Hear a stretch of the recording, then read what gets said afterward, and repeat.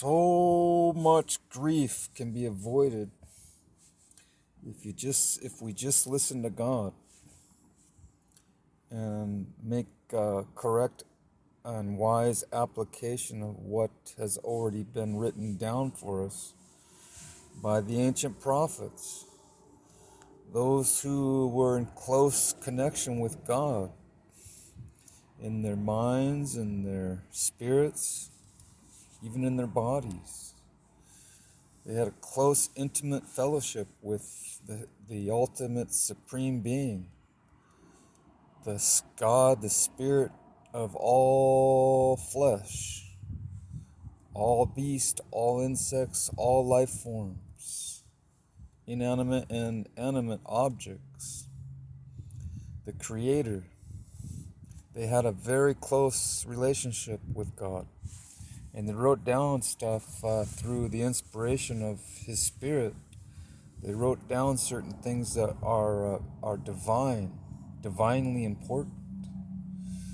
The warnings and exhortations and advice and counsel, that if we heed it and take it seriously and put it to practical use in obedience, it will help us avoid many, many treacherous situations, pitfalls, traps, bondages,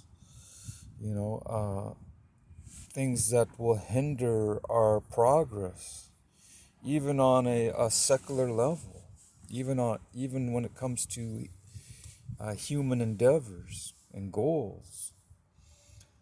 So many people get trapped into doing things that God shuns, that are considered abominable, like adultery. I don't know if you might want to look that up.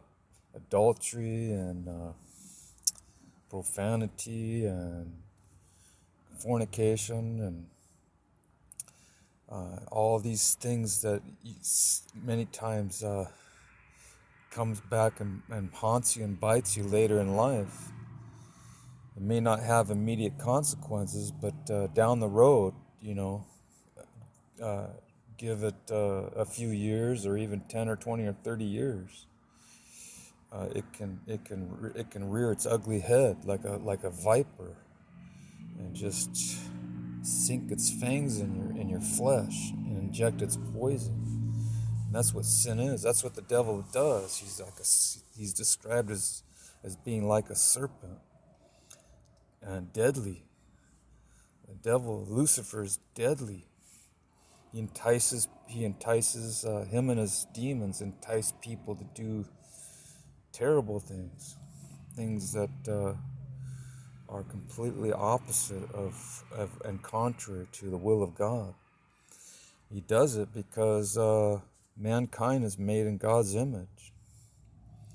And so anything that has God stamped on it, he hates it. That's why there's so much hostility and friction and tension between these two opposing forces. It's not just yin and yang. These forces that have really no personal interest.